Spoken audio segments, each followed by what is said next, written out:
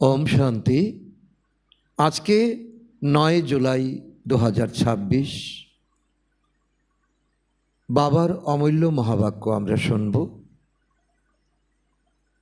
ज्ञान सागर सर्वज्ञ विधिर विधाता शिव बाबा आमादेरो जन्मे जन्मे संचित सौभाग्य जाग्रत करार जन्य विभिन्न पद्धति शेखान। তিনি আমাদের জ্ঞানের অমূল্য রত্ন দান করেন, যার দ্বারা আত্মার অবিনাশী ভাণ্ডার পরিপূর্ণ হয়। এছাড়া যেহেতু বাবা মানব সৃষ্টির বীজরূপ, এই সমগ্র সৃষ্টি বৃক্ষের বীজ, ওনাকে বৃক্ষপতিও বলা হয়। যখন তার দৃষ্টি ও প্রভাব আত্মার উপর পড়ে, অর্থাৎ যখন বাবার জ্ঞান শক্তি ও গুণ আত্মা ধারণ করতে শুরু করে, আমরা যখন অধ্যয়ন করতে শুরু করি, তখন আত্মার অন্তর্নিহিত সংস্কারগুলিতে পরিবর্তন আসতে থাকে। একেই বলা হয় আত্মার উপর বৃহস্পতির দশা। দুনিয়াতে বলে যে আত্মার উপর বৃহস্পতির দশা বিরাজ করছে, কিন্তু মানুষের পূর্বজন্মের বিভিন্ন কর্ম যখন সামনে আসে, তখন অনেক সময় বৃহস্পতির দশার যে প্রভাব আত্মার উপর স্পষ্টভাবে প্রকাশ পাওয়ার কথা ছিল, তা ততটা দেখা যায় না। কখনো রাহুর দশা, কখনো শুক্রের দশা, কখনো শনির দশা, এভাবে নানা ধরনের অবস্থার মধ্য দিয়ে আত্মাকে অতিক্রম করতে হয়। তবে আমরা যত বেশি স্বধর্মে প্রতিষ্ঠিত থাকি, অর্থাৎ আত্মরূপে স্থিত থাকি এবং বারবার নিজের পিতার স্মরণে থাকার অভ্যাস করি, ততই দেহ ও দেহ সংশ্লিষ্ট প্রবৃত্তির প্রভাব এবং সেই সব দশার প্রভাব যা আত্মাকে দুর্বল করে তোলে, ধীরে ধীরে তা কমতে থাকে। তাহলে কিভাবে আমাদের আত্মার উপর সর্বদা বৃহস্পতির শুভ দশা বিরাজমান থাকবে, তার বিভিন্ন পদ্ধতি কি, আজ প্রিয় বাবা আমাদের সেই বিষয় শিক্ষা দিচ্ছেন। এখন আমরা শুনব মুরলী বিস্তারে, কিভাবে আমরা বৃহস্পতির দশাকে আমরা ধরে রাখতে পারি। ওম শান্তি।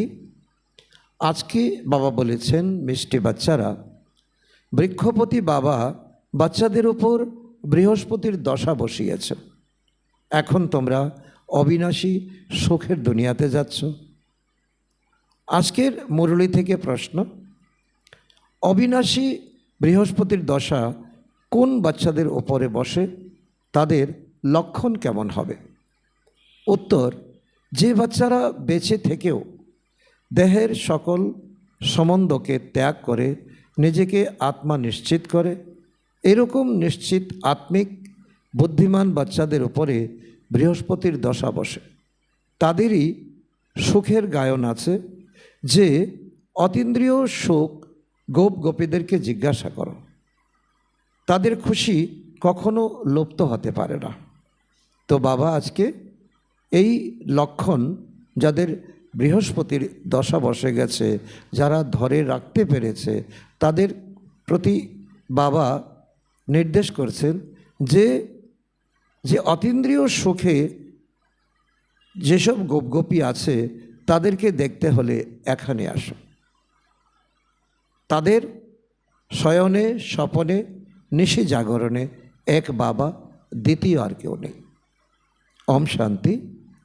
ওম নমঃ শিবায়। ওম শান্তি। বাচ্চারা বাবার মহিমা শুনেছে। আজকের দিনকে বলাই যায় বৃক্ষপতি ডে, যাকে মিলিয়ে বলা হয় বৃহস্পতি। একে গুরুবার বলা যায়, না কেবল গুরুবার, বরং সদ্গুরুবার।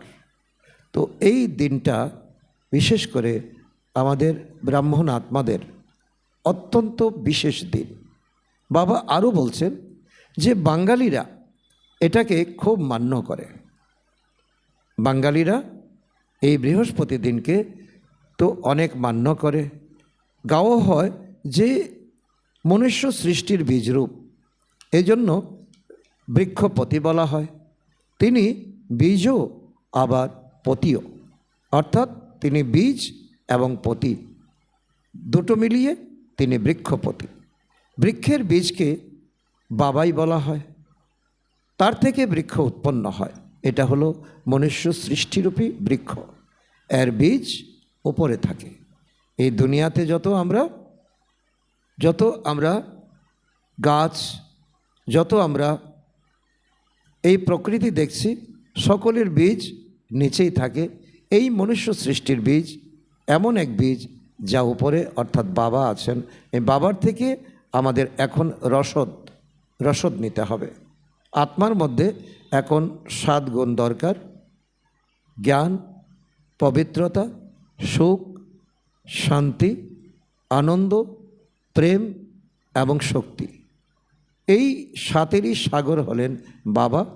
এই সাগর থেকে আমরা মন বুদ্ধি দ্বারা আমাদের এই শতগুণী আত্মা যে ছিল তাকে এখন আবারও পরিপূর্ণ করতে হবে। তোমরা জানো যে আমাদের অর্থাৎ এই বাচ্চাদের উপরে এখন অবিনাশী বৃক্ষপতির দশা আছে। কেননা অবিনাশী স্বরাজ্য প্রাপ্ত হচ্ছে, আমরা রাজ্য করছি, আমাদের মন একাগ্র আছে পিতা পরমাত্মার প্রতি। তো আমাদের স্বরাজ্য প্রাপ্ত হচ্ছে, আমরা রাজ্য করছি, আমাদের কানেক্টিভিটি হয়ে গেছে। শতযুগকে বলাই যায় অবিনাশী সুখধাম, কলিযুগকে বলা হয় বিনাশী দুঃখধাম। এখন দুঃখধামের বিনাশ হবে। সুখধাম হলো অবিনাশী, যা আধা কল্প ধরে চলতে থাকে, যেটা অবিনাশী বৃক্ষপতি স্থাপন করেন এই সঙ্গম যুগে এসে। বাবা ডিটেল আমাদেরকে বোঝাচ্ছে, বাচ্চাদেরকে সার্ভিসের জন্য পয়েন্টস নোট করতে হবে। প্রদর্শনীতে এই পয়েন্টস মুখ্যত বোঝানোর জন্য রাখতে হবে, কেননা মানুষ তো কিছুই জানে না। কারণ এটাও খেয়াল রাখতে হবে, প্রদর্শনীতে মানুষ বেশি সময় দেবে না, আর মুখ্য পয়েন্ট আমাদেরকে অল্প সময়ের মধ্যে পরিবেশন করতে হবে। বরাবর এটাই হলো জ্ঞান। এখন বাবা এই জ্ঞান প্রদান করছেন। নতুন আর পুরানো দুনিয়ার মাঝে পুনরায় এই জ্ঞান প্রায় লোপ হয়ে যায়। তো বাবা বলছে যে এই সময় এখন সঙ্গম যুগে এই জ্ঞান বাবা আত্মাতে দিচ্ছেন। আত্মা এই শক্তি নিয়ে শতযুগে যাচ্ছে। 2 যুগ 21 জন্ম শতপ্রধান থেকে আত্মা চলে আসে দাপর যুগে। সেখান থেকে আত্মা পদভ্রষ্ট হয়। তখন থেকে শতযুগ থেকে জ্ঞান থাকে না, আর দাপর যুগ থেকে অজ্ঞানী হয়ে যায়। যদি এই চক্রের জ্ঞান থাকতো তাহলে রাজত্ব করার ক্ষেত্রে মজাই আসতো না। তো বাবা বলছে শতযুগে জ্ঞান থাকবে না। কেন থাকবে না? শতযুগে যদি জ্ঞান থাকে তখন আত্মা বুঝবে যে আমি নিচের দিকে যাচ্ছি। তখন এই দেবতার জন্মের কোনো সুখই থাকবে না। এখন তোমাদের এই খেয়াল আছে, তাই না? রাজ্য নিয়েও কি পুনরায় আমাদের এই অবস্থায় হবে? এখন তোমরা সবটাই জানছো যখন তোমরা সঙ্গম যুগে আছো। কে বলছেন? বাবা বোঝাচ্ছেন। কিন্তু এইটাই তো ড্রামা তৈরি হয়ে আছে। চক্রতে পুনরাবৃত্ত হতেই হবে। সুখ এবং দুঃখ, রাত্রি এবং দিন, ওয়ার্ল্ডের হিস্ট্রি জিওগ্রাফি রিপিট হচ্ছে। কিভাবে রিপিট হচ্ছে এটা বাচ্চারা তোমরাই জানো। এ হলো মনুষ্য সৃষ্টি। তোমাদের বুদ্ধিতে মূল বতনের বৃক্ষ আছে, সেকশন সকলের আলাদা আলাদা। তো বাবা আমাদেরকে দিব্যদৃষ্টির চাবি দিয়ে আমাদের তালা খুলে দিয়েছেন। এখন আমরা মানসপটে দেখতে পাচ্ছি আমাদের পরমধাম, যেখানে আমরা আলাদা আলাদা সেকশনে আত্মারা ছিলাম বাবার অতি সন্নিকটে। এসব কথা কারোরই বুদ্ধিতে থাকে না বা বসে না, কারণ সকলের কাছে আছে শাস্ত্রের জ্ঞান, মানুষের দেওয়া জ্ঞান। কোনো শাস্ত্রতে তো এসব কথা লেখা নেই। আমরা আত্মারা আসলে শান্তিধামের অধিবাসী, অবিনাশী। আমরা আত্মা শান্তিধামের অবিনাশী, আমরা শান্তিধামের অধিবাসী এবং আত্মা অবিনাশী। এই একটা শব্দই আমাদের এই মন বুদ্ধিকে অনেক একাগ্র করতে পারে। আমাদের কখনোই বিনাশ হয় না। তারা মনে করে জল থেকে বুদবুদ বেরিয়ে পুনরায় সেখানে মিলিয়ে যায়। তারা আত্মার বর্ণনা হিসাবে দিয়েছেন যে যারা ভক্ত, যারা ভক্তি করে, যারা বিদ্বান পণ্ডিত, তারা বলছে আত্মা বুদবুদার মতো, তো জলের থেকে সৃষ্টি হয়, জলের মধ্যে মিলিয়ে যায়। কিন্তু বাবা বলছে না, আত্মা অনাদি, এই সৃষ্টি অনাদি, পরমপিতা পরমাত্মা অনাদি এবং অজর অমর অবিনাশী। তো আত্মা যদি তো জলের থেকে উৎপন্ন হয়, তাহলে তো জলের থেকেই আত্মা উৎপন্ন হয়, তাহলে আত্মা অনাদি হতে পারে না। আর যদি এই বুদবুদা যদি জলের মধ্যে মিশে যায়, তাহলে আত্মার মৃত্যু হলো, তো এটা হতে পারে না। তোমাদের বুদ্ধিতে সমস্ত রহস্য আছে, কারণ বাবা এখন আমাদেরকে বুদ্ধির তালিম দিচ্ছেন, আমাদেরকে এখন শুভ বুদ্ধি সম্পন্ন বানাচ্ছেন। আত্মা হলো অবিনাশী, যার মধ্যে সমগ্র পার্ট নিহিত আছে। এই চক্রের জ্ঞান কোনো শাস্ত্রে নেই। যদি কোথাও কোথাও স্বস্তিকাকে দেখানো হয়, কোনো শুভ কাজ করতে গেলে সেখানে স্বস্তিকাকে দেখানো হয়। কেউ যদি ব্যবসায়ে হালখাতা লেখেন, সেখানে স্বস্তিকা চিহ্ন দেওয়া হয়, তো এটা শুভ সূচক বলা হয় এবং সিদ্ধিদাতা গণেশের প্রতীক বলা হয়। কিন্তু বাবা বলেছেন যে চক্রের মধ্যে কেবল এই রেখা লাগিয়ে দেয়, যার দ্বারা প্রমাণিত হয় যে অনেক ধর্ম ছিল। বাবা বুঝিয়েছেন যে মুখ্য ধর্ম আর শাস্ত্র হলো 4টি। শতযুগ ত্রেতাতে কোনো ধর্ম স্থাপন হয় না, না সেখানে কোনো তো ধর্ম স্থাপন হয়, না কোনো ধর্মশাস্ত্র থাকে। তো এইসব শুরু হয় দাপর থেকে, তারপর দেখোই না। বাবা বলছেন যে অবাক হওয়ার মতো কিছুই না, সেখানে কত বৃদ্ধি হতে থাকে। আচ্ছা গীত কবে শোনানো হয়েছে? বাবা বলেন আমি কল্পের সঙ্গম যুগে আসি। তারা আবার কল্প শব্দটিকে বের করে কেবল সঙ্গম যুগে যুগে লিখে দিয়েছে। বাস্তবে সঙ্গম যুগে আর কোনো ধর্ম স্থাপনই হয় না, এক আদি সনাতন দেবী দেবতা ধর্ম। তাও বাবা বলেছেন যে অন্তিম সময়ে, অর্থাৎ যখন কলিযুগের শেষ, শতযুগের শুরু, এমন নয় যে ত্রেতার অন্তে দাপরের আদিতে সঙ্গমে ইসলাম ধর্ম স্থাপন হয়েছে, না, বলবে দাপরে স্থাপন হয়েছে। এটা হলো সঙ্গমের শ্রেষ্ঠ সময়, যাকে কুম্ভ বলা হয়। কুম্ভ সঙ্গমকে বলা যায়। এটা হলো আত্মা আর পরমাত্মার মিলনের সঙ্গম। এই আধ্যাত্মিক মেলা এই সঙ্গমে হয়ে থাকে। তারা জলের গঙ্গার নাম খ্যাতনামা করে দিয়েছে। জ্ঞান সাগর পতিত পাবনকে জানেই না। তিনি কিভাবে পতিত দুনিয়াকে পবিত্র বানান, কোনো শাস্ত্রে নেই। এখন বাচ্চারা তোমাদেরকে বাবা বলেন যে মামেকম স্মরণ করো, দেহের সকল ধর্মকে ত্যাগ করো। কাদেরকে বলেন? আত্মাদেরকে বলেন। একে বলা যায় বেঁচে থেকেও মরে যাওয়া। মানুষ শরীর ত্যাগ করে তো দেহের সকল সম্বন্ধ আপনা হতেই ত্যাগ হয়ে যায়। বাবা বলেছেন যা কিছু দেহের সম্বন্ধ আছে সেই সব ছেড়ে নিজেকে আত্মা নিশ্চিত করো, নিশ্চিত আত্মিক বুদ্ধি হও। এটাই হলো আসল রহস্য। যতক্ষণ না আমরা আত্মিক স্থিতিতে স্থিত হচ্ছি, ততক্ষণ বাবা বলছে আমাদের বৃহস্পতির দশার অনুভব আমরা করতে পারবো না। যত বেশি স্মরণ করবে তো বৃহস্পতির দশা হবে। চেক করো আমি শিব বাবাকে কতটা সময় স্মরণ করছি। স্মরণের দ্বারাই আত্মার মধ্যে যে জং পড়েছে তা ছেড়ে যাবে আর তোমাদের খুশি হবে। তোমরা অনুভব করতে পারো যে আত্মা কতটা সময় বাবাকে স্মরণ করছি আমরা। বাবা বলে এখন তোমরা অনুভব করতে পারো, এবং অনুভব তখনই করবে যখন প্রয়োজন মনে করবে।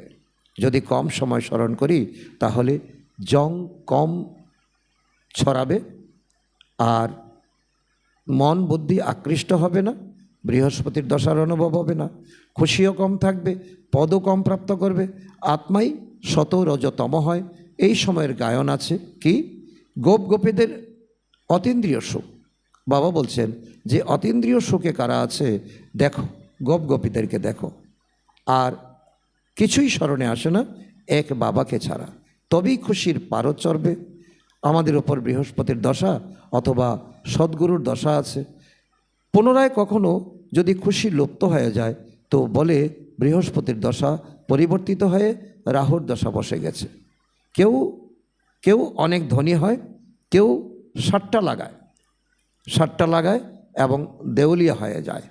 বাবা বলেন যে অনেকে সাট্টা লাগায়, বাজি ধরে, তো যেটাকে বাবা বলছেন এটা জুয়া খেলা, তো এতে দেউলিয়া হয়ে যায়। ভারতে যখন গ্রহণ লাগে তখন বলে যে দান করো তাহলে গ্রহণ ছেড়ে যাবে। তোমাদের দেবী দেবতা ধর্ম 16 কলা সম্পূর্ণ ছিল, তার এখন গ্রহণ লেগেছে, এখন রাহুর দশা বসেছে। এই জন্য বাবা আরও আমাদেরকে সতর্ক করছেন, ইশারা দিচ্ছেন যে দেবতাদের সামনে গিয়ে গাইতে থাকে আপনি সর্বগুণ সম্পন্ন, আমরা পাপী, ছল, কপট। এখন তোমরা বুঝতে পারো যে রাহুর গ্রহণ লাগার কারণে সবাই কালো হয়ে গেছে। অমাবস্যার সময় চন্দ্রমার আকার রেখায় গিয়ে দাঁড়ায়। চন্দ্রমার আকার 16 কলা, সেটা একটা দাগ হিসাবে দেখা যায়। তো বাবাও বোঝাচ্ছে যে তোমাদের দেবী দেবতাদের চিত্র আছে। তো গীতাই হলো আদি সনাতন দেবী দেবতা ধর্মের শাস্ত্র, কিন্তু এরা নিজেদের ধর্মকে জানে না। যারা ধর্মের প্রধান তাদের কনফারেন্স হয়, তোমরা সেখানে গিয়েও বোঝাতে পারো ঈশ্বর তো সর্বব্যাপী নন, তিনি তো হলেন অসীম জগতের বাবা। বাচ্চাদেরকে এসে অবিনাশী উত্তরাধিকার প্রদান করেন। সাধু সন্ত ইত্যাদির তো অবিনাশী উত্তরাধিকার প্রাপ্ত হয় না, তারা কিভাবে মান্য করবে? বাচ্চারা তোমাদের এই অবিনাশী উত্তরাধিকার প্রাপ্ত হয়। মুখ্য কথাই হলো এটা প্রমাণ করতে হবে যে ঈশ্বর সর্বব্যাপী নয়। শিব জয়ন্তী হয়ে থাকে, শিব জয়ন্তী বলো অথবা রুদ্র জয়ন্তী বলো, রুদ্র এই জ্ঞান যজ্ঞ রচনা করেন, আছেন তো শিব বাবা। তো সেই হলো গীতা জ্ঞান যজ্ঞ, অবিনাশী রুদ্র গীতা জ্ঞান যজ্ঞ, যার দ্বারা বিনাশ জ্বালা প্রজ্বলিত হয়েছে। প্র্যাকটিক্যালি তোমরা দেখছো কিভাবে নিরাকার বাবা রুদ্র জ্ঞান যজ্ঞ রচনা করেন। সাকার তো কিছুই করতে পারেন না, এটা হলো নিরাকারের কর্তব্য, এটা হলো অসীম জগতের যজ্ঞ। এতে সমগ্র পুরানো দুনিয়ার সভ্যতা, অভিমান সব কিছু সাহা হবে। বাকি তো সেসব লৌকিক যজ্ঞ কিছুদিন ধরে চলে তো বন্ধ হয়ে যায়। আর এই যজ্ঞ 1937 সনে শুরু হয়েছে, এখনও চলছে। আর যতদিন না বাবা বলছে যে এখন তোমরা মায়াজিত না হচ্ছ, তো এখন দুনিয়ারও পরিবর্তন হবে না। তোমরা যখন পাশ হয়ে যাবে, সম্পূর্ণ যোগী আর জ্ঞানী হয়ে যাবে, তখন পুনরায় তোমাদের জন্য নতুন দুনিয়া চাই। তার জন্য এই দুনিয়াকে বাবা বলেন এই অ্যাটমিক বোমের দ্বারা আর প্রাকৃতিক বিপর্যয়ের দ্বারা এই দুনিয়া এখন সাফ সুতরা হবে, পরিষ্কার হবে। নরক বিনাশ অবশ্যই চাই, তার জন্য নতুন দুনিয়া তোমাদের চাই। এবং 5 তত্ত্ব সহিত রাজস্ব অশ্বমেধ শব্দ ঠিক আছে, তারা ঘোড়াকে সাহা করে, বাস্তবে এটা হলো তোমাদের সেই রথ। অর্থাৎ এই দেহরূপী ঘোড়া বাবা বলছেন এই মাটিতে মিশে যাবে, এই যজ্ঞে সাহা হয়ে যাবে। এক দক্ষ প্রজাপতিরও যজ্ঞ রচিত হয়, তারও কাহিনী আছে। এখন বাচ্চারা তোমাদের কতই না খুশিতে থাকতে হবে, কারণ এতদিন যা কিছু তোমরা পরে এসেছো, যা কিছু তোমরা মেনে এসেছো, তার যথার্থ আধ্যাত্মিক রহস্য এখন তোমরা বুঝতে পেরেছো। আমাদের বৃক্ষপতি বাবা পড়াচ্ছেন, আমরা তাল মিলিয়ে আমাদের জীবনটা এখন সুশৃঙ্খল আমরা করছি। আমাদের উপর এখন বৃহস্পতির দশা আছে, আমাদের অবস্থা খুবই ভালো। তারপর চলতে চলতে লিখতে থাকে বাবা, আমি তো বিষণ্ণ হয়ে পড়েছি। প্রথমে তো আমি খুবই খুশিতে ছিলাম, এখন জানি না কি হয়েছে। এখানে এসে বাবার হওয়া, তো এটা হলো বড় যাত্রা। বাবা বলছে এই সময় বাবার হয়ে যাওয়া, তো এটা হলো অনেক বড় যাত্রা।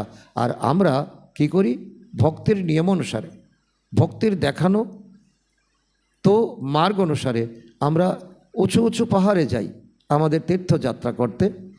তো আর সেখানে কি হয়? কতই না টাকা পয়সা খরচ হয়, শরীরের মেহনত হয়।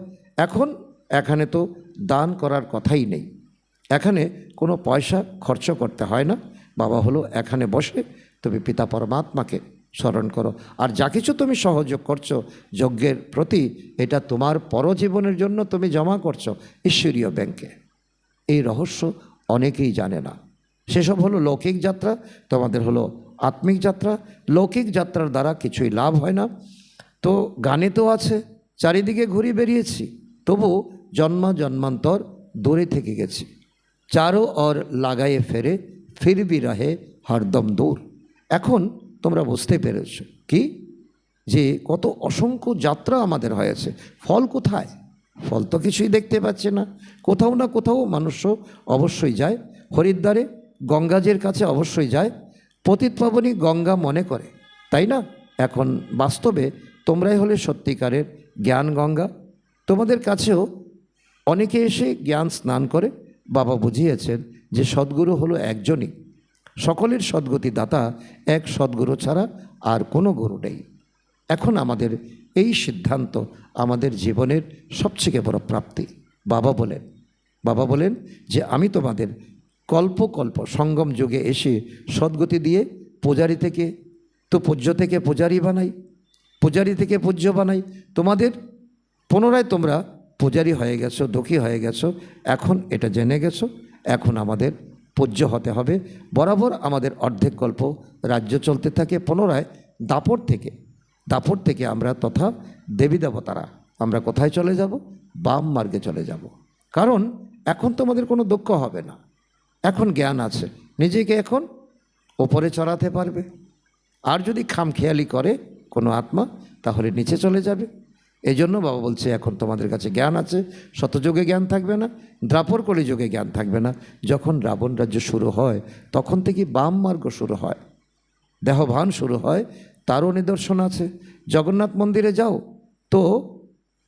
তো অন্তরে কালো মূর্তি আছে, বাইরে দেবতাদের নোংরা চিত্র আছে। সেই সব নিজেদের তো এটা মোটেই বোধগম্য আসে না যে এসব কি, এটা কি করে হতে পারে?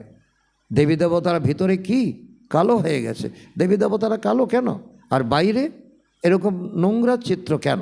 ভিখারি মানুষ ভিখারি দৃষ্টি দিয়ে দেখবে, তাই বুঝতে পারে যে দেবতারও ভিখারি ছিল। তো আমাদের দোষ কোথায়? এসব লেখা আছে যে দেবতারা বাম মার্গে যায়, ড্রেসও দেবতাদের দিয়েছে, কিন্তু মুদ্রা একেবারে নোংরা। এখানেও দিলবারা মন্দিরে যাও, উপরে স্বর্গ লাগানো হয়েছে, নিচে তপস্যাতে বসে আছে। এখন এটা তোমাদেরই স্মরণিক। আর বানিয়েছে কে? জৈন ধর্মাবলম্বীরা। এসব রহস্যকে আর কেউ জানে না, এটা তো হলো বাবার অনুভবীরত, তাই না? বাচ্চারা এখন তোমরা বুঝে গেছো যে আত্মা পরমাত্মা আলাদা ছিল বহুকাল। সুন্দর মেলা লেগেছে যখন মাঝখানে এলো সদ্গুরু দালাল।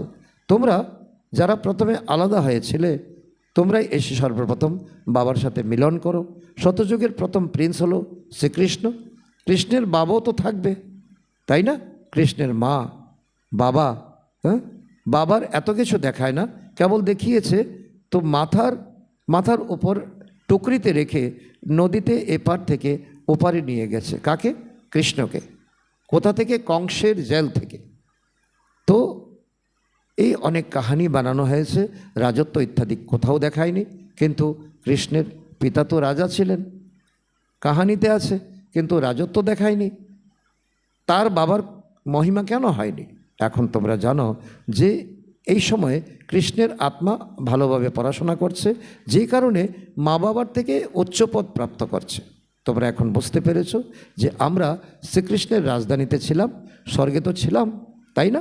তারপর আমরা চন্দ্রবংশীতে গেছি, এখন পুনরায় সূর্যবংশীতে যাওয়ার জন্য শ্রীমতে চলে পবিত্র হয়ে পবিত্র দুনিয়ার মালিক হব। এটাই হলো আমাদের প্রতিজ্ঞা।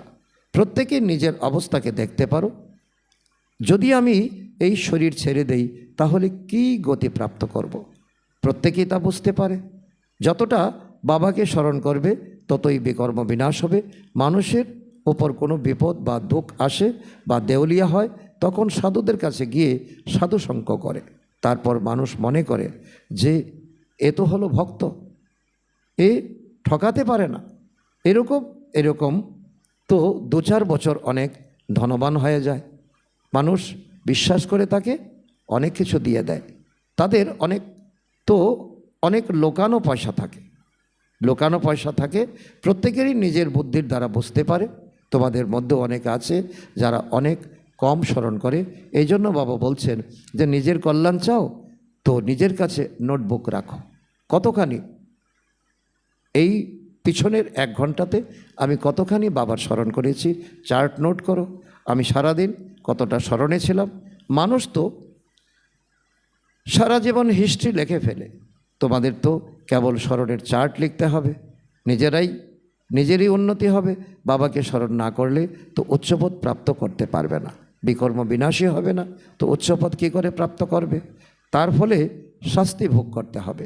যে শাস্তি ভোগ করবে না সেই উচ্চপদ প্রাপ্ত করবে। শাস্তি ভোগ করে পুনরায় কোনো সাধারণ কিছু পদ প্রাপ্ত করা তা কি কোনো লাভদায়ক, কোনো আনন্দদায়ক? মোটেই না। ধর্মরাজের কাছে শাস্তি যাতে খেতে না হয়, যাতে অসম্মানিত না হতে হয়, তো এর জন্য আমাদের পুরুষার্থ করার ইশারা বাবা দিচ্ছেন। তোমরা দেখেছ না যে শিব বাবা বসে আছেন, আবার ধর্মরাজও আসেন, তোমাদেরকে সব কিছুই সাক্ষাৎকার করার। এখন তোমরা করেছ না, তোমরা শুনেছ, তাতে তোমাদের নিশ্চয়ই বুদ্ধি লাগাতে হবে। তোমরা এই করেছিলে, স্মরণে আছে, অন্তিম সময় এই পর্দার মধ্যে সাক্ষাৎকার করানো হবে। এখন খাও শাস্তি। তারপর সেই সময় শাস্তি তো ততই ভোগ করে যতটা জন্মান্তর খেয়ে আসছে।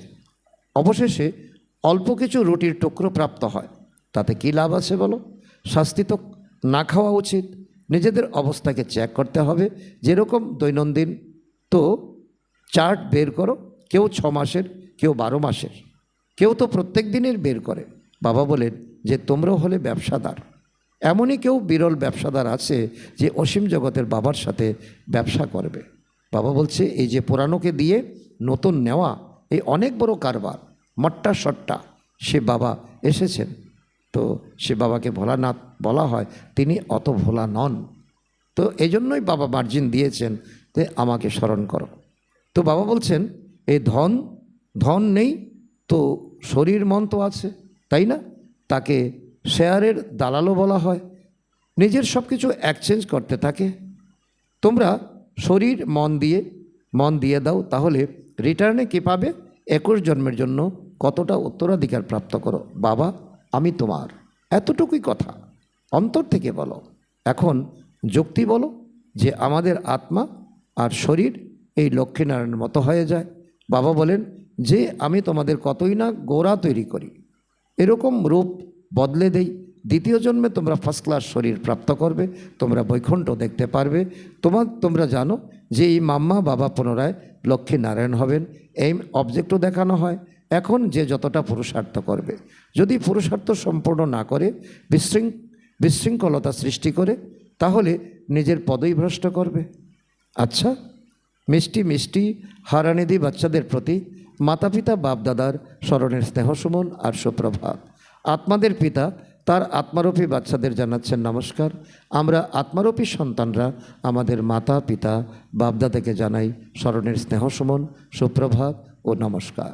ধন্যবাদ বাবা, ধন্যবাদ।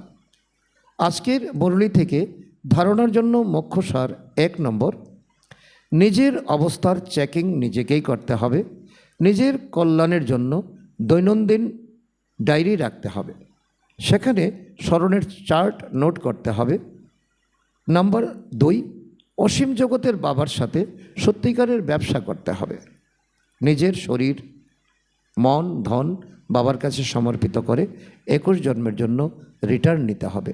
নিশ্চয় বুদ্ধি হয়ে নিজের কল্যাণ করতে হবে। আজকে বাপদাদার মধুর বরদান আমাদের বাচ্চাদের প্রতি। আনন্দের সাথে শক্তিকে ধারণ করে বিঘ্নকে পার করে বিঘ্নজিৎ ভব। তার অর্থ বাবা বলছেন যে বাচ্চারা জমা করতে জানে তারা শক্তিশালী হয়। যদি এখনই উপার্জন করলে, এখনই সব ভাগ করে দিলে, নিজের মধ্যে অন্তর্লীন করলে না, তাহলে শক্তিও থাকে না। কেবল ভাগ করে দেওয়া বা দান করার খুশি থাকে। যদি খুশিও থাকে আর সাথে শক্তিও থাকে, তবে সহজেই বিঘ্নকে পার করে বিঘ্নচিত হয়ে যাবে। তখন কোনো বিঘ্নই তোমার একাগ্রতাকে ডিস্টার্ব করতে পারবে না। তাই চেহারাতে যেমন খুশির ঝলক দেখা যায়, তেমনি শক্তির ঝলকও যেন দেখা যায়। আজকের স্লোগান, পরিস্থিতিতে ঘাবড়ে যাওয়ার পরিবর্তে তাকে শিক্ষক মনে করে তার থেকে পাঠ শিখে নাও। আজকের অব্যক্ত ইশারা, জ্বালাস্বরূপ স্থিতিতে থেকে শক্তিশালী স্মরণের অনুভব করো। এর অন্তর্গত বাবা বলেছেন, লাস্ট এবং ফার্স্ট পুরুষার জ্বালা রূপেরই রয়েছে। পাণ্ডবদের কারণে যাদবরা আটকে আছে। পাণ্ডবদের শ্রেষ্ঠ ঐতিহ্য, আত্মিক ঐতিহ্য যাদবদের অস্থিরতা সমাপ্ত করে দেবে। তাই নিজের ঐতিহ্যের দ্বারা দুশ্চিন্তাগ্রস্ত আত্মাদের শান্তি এবং স্বস্তির বরদান করা, এবং এটা তোমরাই করতে পারো। জ্বালাস্বরূপ অর্থাৎ মাইট হাউস স্থিতিকে বুঝে সেই পুরুষার্থতে থাকো। আচ্ছা, ওম শান্তি।